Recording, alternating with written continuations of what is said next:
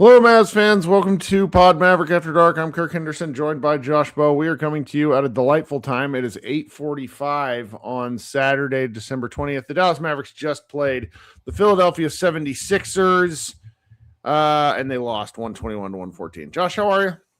Doing okay. I'm going to be up front with everyone on the podcast because we always talk about how we watch the games. I actually technically didn't watch a second of this game, but I heard the third quarter and the fourth quarter all on the radio. So I did catch it kind of in real time through Chuck Cooperstein's lovely voice. Just because, that's just kind of how the day goes sometimes. So this is going this is either going to be some people's favorite podcast or their least favorite podcast, because we're going to get a lot of Kirk, I think. So I hope you're ready for it. I know you did the recap. But listening to that game, interesting game. Feels like a very interesting game with a lot of places that we could go. So since you wrote the recap, and you obviously paid more, you were able to watch more than me, clearly. What's the first thing that stands out to you after that game? The first thing that stands out to me is the talent discrepancy in the 76ers and Mavericks in the guard play. The Mavericks have, I think, of the two teams, the Mavericks had the better team out on the floor tonight, but the Sixers had the best player. And that player was Tyrese Maxey. He had 38 points, and they were easy points. And it just sort of stood out to me as the game wore along. And we're going to talk about some good Mavericks things, but 38 points is a lot of points. He had no turnovers. Right.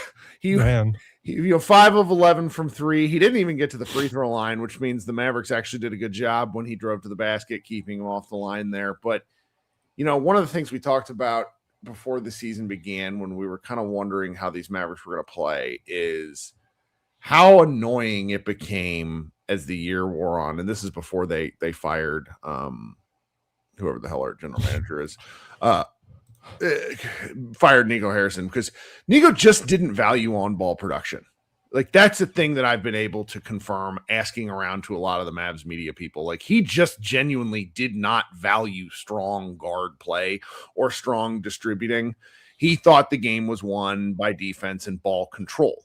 Which is weird because he was a Kobe Bryant disciple. So you would think he would want another Kobe. Yes, but even Kobe was about if you distill the elements of Kobe's game down, it was about shortening the game and beating you out on talent and defense and the ability to make tough shots. I think that's why he liked Kyrie Irving a great deal. Kobe was a lot of things, but a defense first mindset is what sort of permeated from that. And I think that bled down to not understanding that in the current NBA structure, with the way fouls are called, ball dominant players who attack the rim or who can shoot, like a Steph Curry and then becoming a Tyrese Maxey, are going to win the day over the long stretch of games. And I just don't think he valued that. And so you can see that in the Mavs roster construction, where Ryan Nembhard has been an excellent fill-in. I like Ryan Nembhard more than I thought I would. I'm having to walk back some thoughts I've had about him, some statements I've made, and that's fine. It's a take. It's not, we're not curing cancer here at Mavs Moneyball and Pod Maverick, so who cares? But what is evident is that it's just the level of play between a Tyrese Maxey, starting point guard for the Philadelphia 76ers, and Ryan Nembhard, starting point guard for the Dallas Mavericks, Brandon Williams, whoever you want to call it, is not on the same plane of existence. And yeah, it's not even close. And one of the things that's starting to make me increasingly frustrated in the internet conversations I'm having is people are like, well, Kyrie Irving. I'm not an idiot. I know Kyrie exists, but don't Kyrie turns 34 in March. Kyrie won't be on this roster when Cooper is 25 years old. Well, that's point A. But even for let's say the next 2 seasons, dude, I don't think it is fair to need Kyrie Irving to be amazing. That is not fair to hope. I want, for me, this is my personal fan experience. I want Kyrie to be able to come in and say, oh, look at what Kyrie did there. That wasn't like, look at how he closed the game. Like, think the Denver Nuggets game winner that he hit over Jokic. Like, Kyrie doing cool shit in spot situations is where I want Kyrie to be. I don't want Kyrie to need to play 41 minutes or whatever he was playing before he tore his ACL. You don't want him. You want him to enhance a good thing and not be the foundation that holds everything up. Because it's just not fair to him. No, it's not fair at his age. No. And people who want that from like an aesthetic point of view, that I understand. I would like that too. It's just we can't turn injury sliders off. Like, he has to be able to play 70 games a year for that to be an effective thing. And so it's what I'm saying, and this is all to say I walked away from this game saying, for as interesting as the Mavericks are, the guard play hasn't bitten them recently, and it did tonight, largely because the other team's guards were so much better. Not that our guards were bad. Does that make sense? Yeah. I mean, would you say defensively the guards were bad, though? Yeah. I mean, the Sixers really pushed the pace. I haven't seen what the pace numbers were on this game, but it's just a different deal when VJ Edgecombe, I mean, he lit Max Christie on fire in the second quarter. Like, Christie's minutes, how much did he end up playing here? 14 minutes. Doesn't seem like he had a good game. He got, I mean, 0 points in 14 minutes. I want to say Edgecombe had 10 straight on him in the second quarter. Ooh. And two of them were, and one like Dwayne Wade style 14 footers where he's getting fouled on the jump shot. And you could just see like kid's soul leaving his body. Cause it's like, that's Max Christie's thing. Christie's supposed to be a defensive minded guard, and he just wasn't up to it tonight. Yep. Yeah. And looking at it, the turnovers were huge. So Maxey and Edgecombe combined for 2 turnovers, and Brandon Williams off the bench had 4 just by himself. Nembhard only had 1. So when the Sixers scored 23 points off of Mavericks turnovers, the Mavericks scored 10 points off of the Philly turnovers. You got to 18 to 10. And you got to throw Jared McCain in there. Jared McCain, who was a plus 29 in 30 minutes. Yeah, he had 2 turnovers. Right. So, just orchestrating their offense and just picking apart the Mavericks. Yeah. So they had 4 turnovers from their 3 guards, and the Mavericks had 5 turnovers from 2 of their guards. So yeah, I mean, the turnovers were, so the first quarter was ugly. The Mavericks ended with 18 team turnovers. They had 8 in the first quarter. Boy, they do that a lot. Yeah. Yeah. But that's the game, right? Even if you clean it up for 3 quarters, like, they lost by 7? Like, if you don't have a catastrophic turnover quarter, you win the game. Like, and look at it's good that they cleaned it up, but if they didn't clean it up, they would have lost this game by like 15 points then, right? Well, if you look at the scoring, we didn't really talk enough about the quarter by quarter action. The Sixers had 38 in the first quarter, and the Mavericks had 33. There were 2 shooting fouls in the final second, and I'm being literal here, like the literal final second of the game, where I can't remember who hit the Mavericks free throws. Or who hit the Sixers free throws. They put a guy on the line as time was expiring, but they put a second back on. And then for the heave, a Sixers player fouled somebody 94 feet from the basket. So it really, if the Sixers don't have some brain farts, they might have been up by double digits to end the first quarter. So yeah. I mean, yeah, you don't. The thing that's jumped out to me is the Mavericks scored 76 points in the paint. Mm-hmm. They shot 70% in the paint. They shot 64% on 2s, and they lost, which is really hard to do. And I mean, you look at it, it's the turnovers, 18 to 10, and it's the 3-point shooting. Philly made 12. Philly didn't even shoot the 3 well, but they made 12, and the Mavericks made 3, which is kind of how they've been getting these wins the last 2 weeks. Is they've kind of solved them, because remember we talked about it before. It's a math problem. It's literally a math problem. 3s, turnovers, offensive rebounds. That's all about milking, possessions. 3 is worth more than 2. Turnovers, it's hard to win if the other team has more opportunities to shoot. Offensive rebounds play into that too. I didn't look at the offensive rebound numbers, but they got killed from 3. and they had the bad turnovers, which is kind of the two things they've been avoiding the last 2 weeks because they've been playing real point guards and Anthony Davis at the 5. So they've had better spacing for shooting threes. They've had more better guards on the floor. So they limit the turnovers. But tonight it seemed like they kind of fell back. This felt like a first month of the season Mavericks game and not a last 2 or 3 weeks Mavericks game. Well, the offensive rebounds are probably the second thing that comes to mind because the turnovers, the Mavericks got that under control as far as I was concerned. Oh man, Philly had 20 offensive rebounds. So 19. So literally they lost all of the possession. They lost the 3-point shooting. They lost turnovers. They lost offensive rebounds. You can't win a basketball game if you lose all 3 of those categories. Right. And it's the offensive rebounding. Like we kind of joke of it when talking about the Detroit game, but to lose, I mean, I put this in the video I did after the game. I don't think I've ever seen a game where a team gets 33 more attempts and loses. And that's what happened to Detroit. So I don't want to sit here and discredit a fun Mavericks win because I had a great time with it.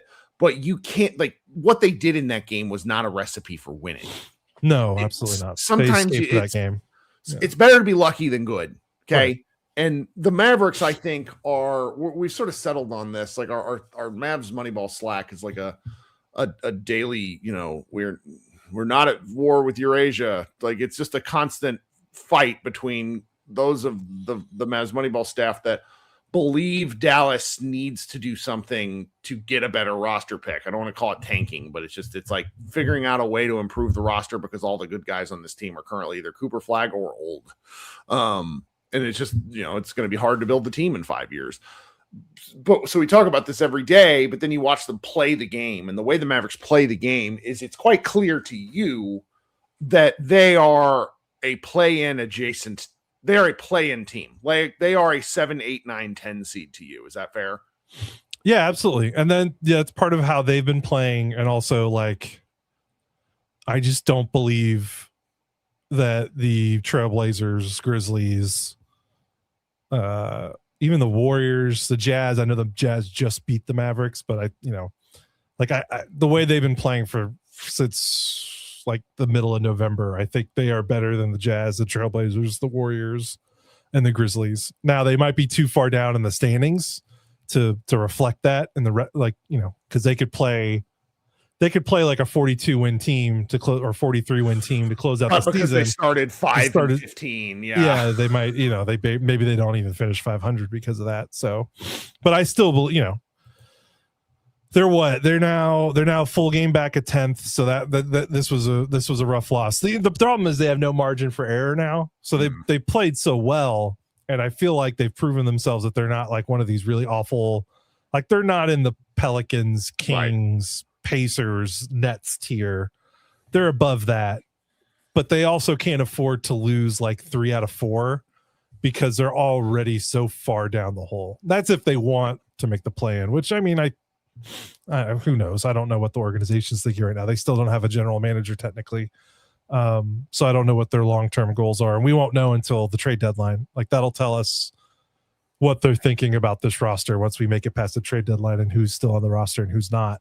Yeah. We'll have a better idea. But yeah, they still play competitive, they lost the threes, the turnovers, and the offensive rebounding so bad.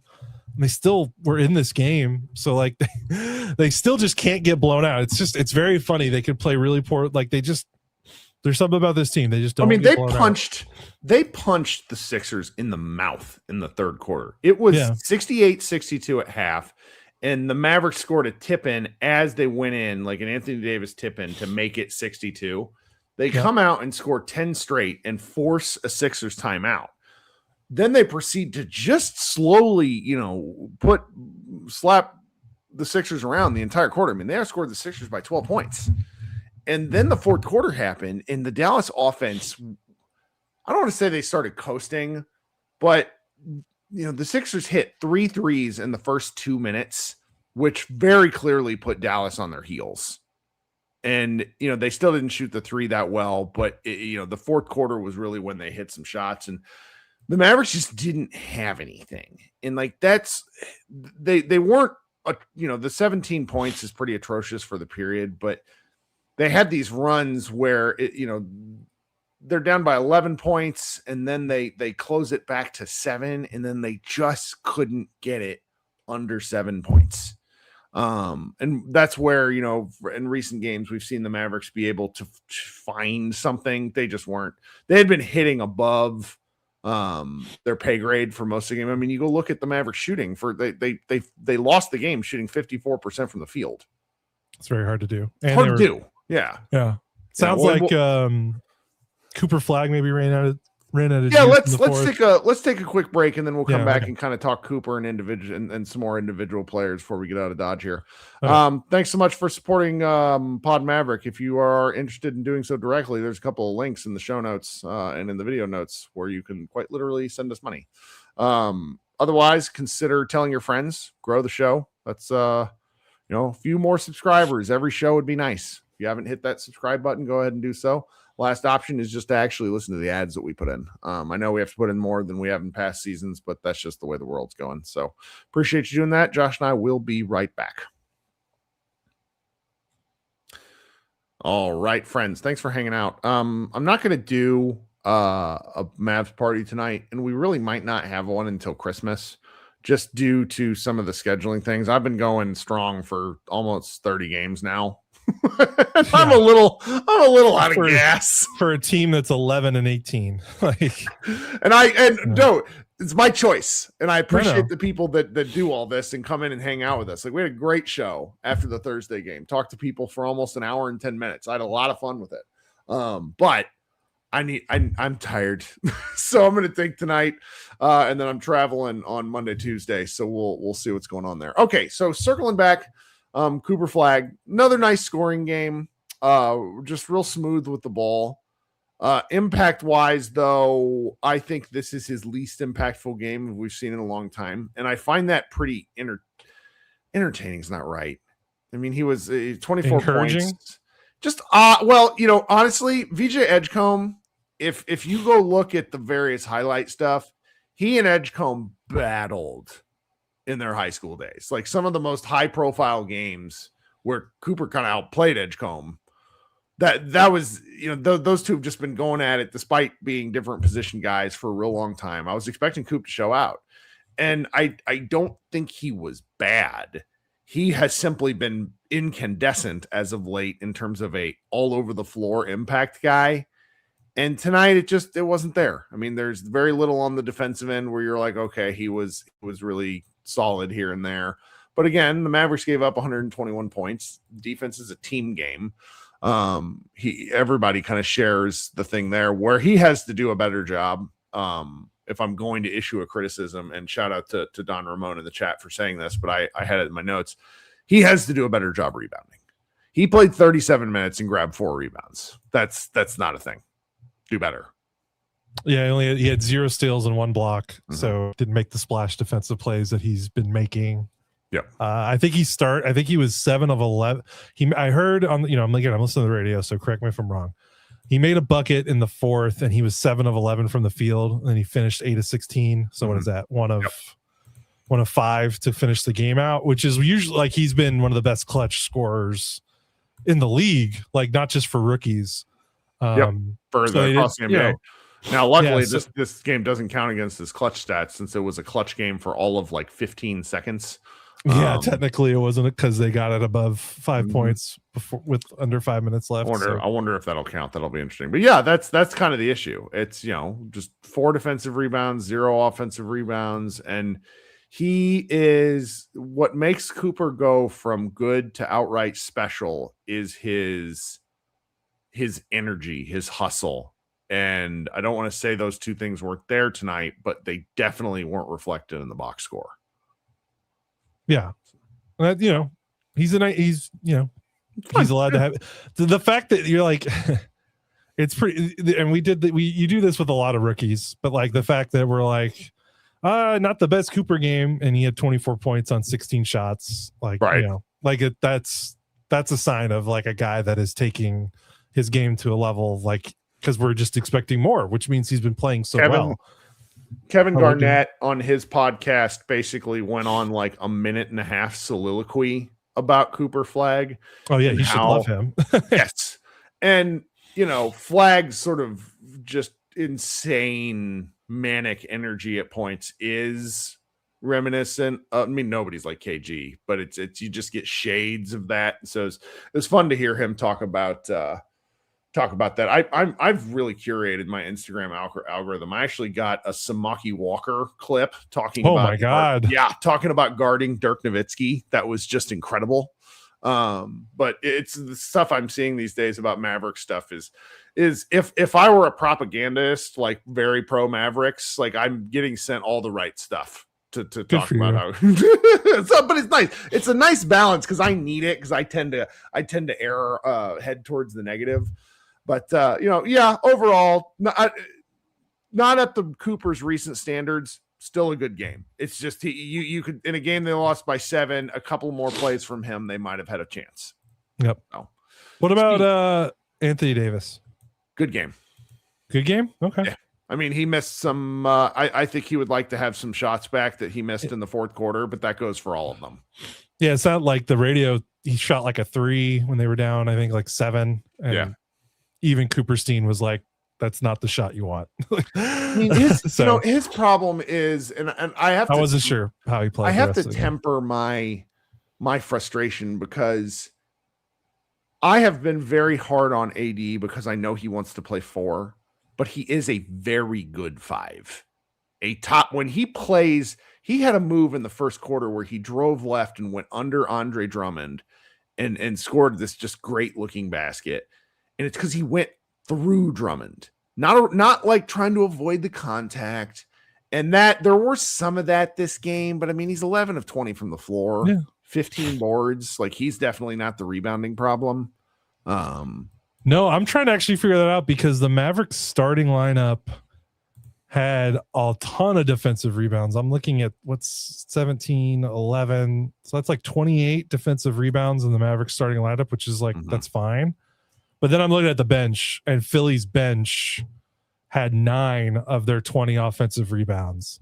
Yeah. And the Mavericks bench had 8 defensive. Yeah. So the Mavericks bench got pulverized, but they have Gafford is their only size off the bench, and he was a miserable defensive rebounder. So I guess that's the problem. Like Gafford had 4 utterly pointless blocks. Like, and I say pointless in the sense of where it's like he's rejecting it at the rim, but then they're getting the ball back and scoring. It's like, okay, neat. Anyway, that's not, that you got. He might be the guy that they might need to trade the most. I'm starting to think before they get to like if you had to pick one guy that they really need to trade before the season ends, like at the deadline, like he might start. He's climbing up that list. Well, they're just, they're not like they keep bringing Moussa Cisse along and he's not playing. And, it's like you're wasting there. And kids got to be told this is where having no real front office is going to start to bite them at some point. Cause Kid is kind of the de facto general manager at this point, if we're being candid. Isaac Harris of Locked On Mavs has been predicting that for a while. And I actually think it's a pretty good take. Shout out to my man Isaac, since I give him so much shit over some of the things I disagree with him about. Someone has to get in front of Kid and be like, look, like Gafford's trade eligible. Gonna send him. They're gonna need Moussa Cisse. And you can't they only get him even if he doesn't play. This is the part that's really important. If he's on the roster for the game, that counts as a game towards his eligibility. You get 50. Right. And so it's just the Mavs are going to run into issues there is all. So no, well, we'll see what they do. Maybe they free up roster spots and clear up the cap, and they can give him and Nimhard full-time contracts or something. Maybe we'll see. That's got to be what they're pushing towards. I hope so. Yeah. But the guard play just sticks out like a sore thumb. Anyone else? Like, I mean, Clay was super bad. He hasn't had a bad game. No, he hasn't. Kind of due, as weird as that sounds. I guess he wasn't great against Detroit either, but he's been killing it for like. What he can't do is have 3 turnovers. 8 games. Yeah, that's a lot of turnovers for him. Yeah, catch and shoot guys can't have more than 2 turnovers, really. Right, not in 18 minutes. Seeing D'Angelo Russell play tethered to another point guard makes me laugh every time I see it now. Kid does not trust that guy at all. He's just out there with you ever see, I mean, did you ever use on your kid like the backpack with the leash? we never I never did it either, but I get the appeal, and that's what I think of when I see him out there where he's just tethered to another guard so he doesn't make any bad decisions. When I see D'Angelo Russell, I see guard Christian Wood. Yeah. You're right. Especially with how kid, like it feels almost the same. Yeah. Bring this guy in on a 1-year deal. Didn't even, we all thought Christian Wood was going to be a starter coming in training camp, and kids like, nope, he's coming off the bench. Same thing. We thought, oh, Russell's going to be the stopgap starter until Kyrie gets healthy. Nope. Yeah. Coming off the bench. Najee was awesome. That's all. That Najee's always awesome. That's my guy. I've never felt more vindicated. Him and PJ Washington are probably like my best personnel calls in like the last 5 years. I almost wonder if I've been doing some sort of trade, and we don't need to talk too much about this, but I hold a take that of the guys I think the Mavericks could trade, Najee might be the one who gets the most like bang for your buck. Every contender should be calling for Najee to be their 6-man like scorer, like to be the 6th guy in their rotation. Because he makes not very much money. Like he's in hindsight, when you go through all of Nico Harrison's deals, like that's a real steal of a deal. I mean, he's just a heck of a player. And he's the archetype of where this league is going, where we're shifting away from the pure 3-and-D wings, where it's like you can't just do that anymore because defenses are smarter and they run guys off the line more. You now need, I've had this in my head. It sounds stupid, but like you need D&D wings, drive and defense. Like I think driving he can't hit a 3 important to save his life, but it doesn't matter. Yeah. Yeah, because you can drive, like because teams will run him off the 3-point line. Like you need guys. The way defenses are just going to keep getting better and adapting, and you can't just rely on spot up guys. That's what the Mavericks ran into. Remember with Luka before they overhauled the roster, was they were like, well, Luka can create all these spot up looks for all these guys, and we're going to win this many games because he's getting this many open looks, and they just need to shoot this percentage. It's like that's great over a long 82 game regular season, but when you get into a playoff series and these teams are scouting your guys and you're playing every day, like you can't do that. Like guys have to be able to do stuff with the ball when they get run off the 3-point line because defenses are getting too good. And Najee, Najee's one of those guys where it's like just plug him in. Like Detroit, he'd be great. Miami, like the only team that probably wouldn't need him is like Oklahoma City. Like Lakers would love to have him. Minnesota probably would love to have him coming off their bench. If the Mavericks were to decide to go a particular direction, I just want that to be on people's thought process as you're thinking about who's like tradable for the Mavericks, because he doesn't make a lot of money. Like I don't know if a team would give up a 1st-round pick for him. I don't know. I'm bad at trades, but it's like he's good. He's a special sauce kind of player. He brings the hamburger together. Yeah, so. He did have 5 turnovers, unfortunately, but 3 were in the first few minutes. Okay, like he literally gets like a rebound and he threw it out of bounds because he just threw it too far ahead of the point guard, and he was like, it was almost funny. It was so bad. It's like a play he doesn't make. But anyway, I say we call it a night. Okay, I think. That's fine. Yeah. All right. So 30 minutes. We did it. 30. So Josh's going to record Monday. I don't know if he's going to have anybody else join him Monday and Tuesday. We'll see about Tuesday. I might be able to join. I'm not sure. No, don't record on Tuesday. Okay. I'll probably not, just because I'll be dead. I literally think I'm getting up at 3 a.m. Yeah. So yeah. All right, everybody, be good. We will talk to you when we talk to you. Head on over to Mavs Moneyball. I wrote a reasonably consumable recap. Give me a click there. You will find other guys writing and stuff like that. We'll talk to you guys soon, and go Mavs.